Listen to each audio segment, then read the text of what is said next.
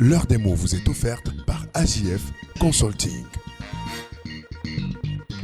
Du côté de Yaoundé, comme d'habitude, on va chercher le très excellent Alain-Patrick Fouda. S'il était congolais, je dirais qu'il est le Ferregola doublé du Fally Ipupa de la musique. Mais il est dans les lettres, il est dans les chroniques. Et en la matière, pour moi, il est ce qui se fait de mieux en ce moment sur le continent africain. Alain-Patrick Fouda, bienvenue à Douala, monsieur. Bonjour mon cher. Alors, Alain-Patrick Fouda, ce matin, vous avez choisi un mot.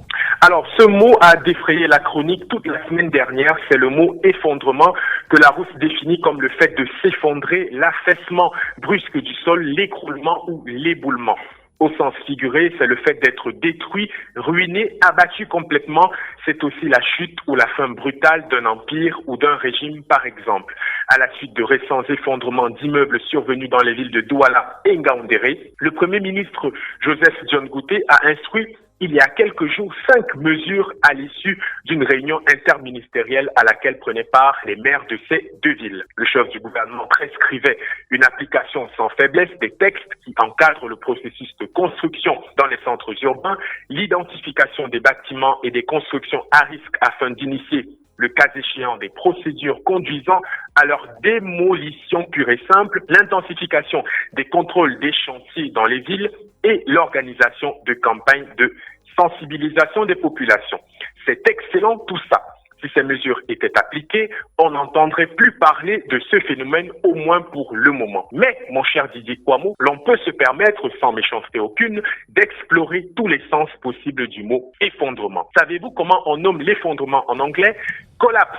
Et ce mot a donné lieu à la théorie de l'effondrement, la collapsologie, terme qui vient lui-même du latin collapsus, qui veut dire tomber en un bloc.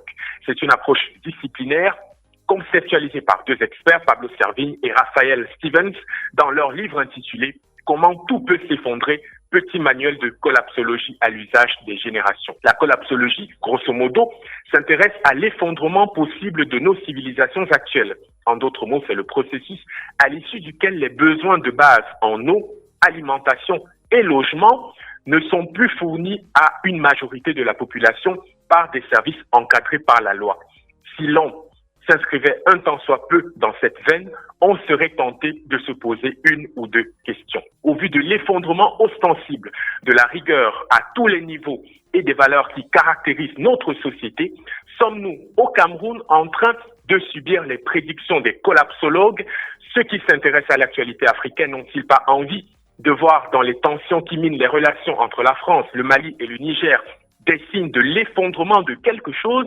Chacun peut se faire un avis. Toujours est-il que lorsque des immeubles, des empires ou alors des monopoles s'effondrent, cela annonce très souvent le printemps, mot symbole de renouveau, de joie ou d'épanouissement. À demain pour un autre mot de l'heure des mots. Merci beaucoup Alain-Patrick Fouda. L'heure des mots vous est offerte par AJF Consulting.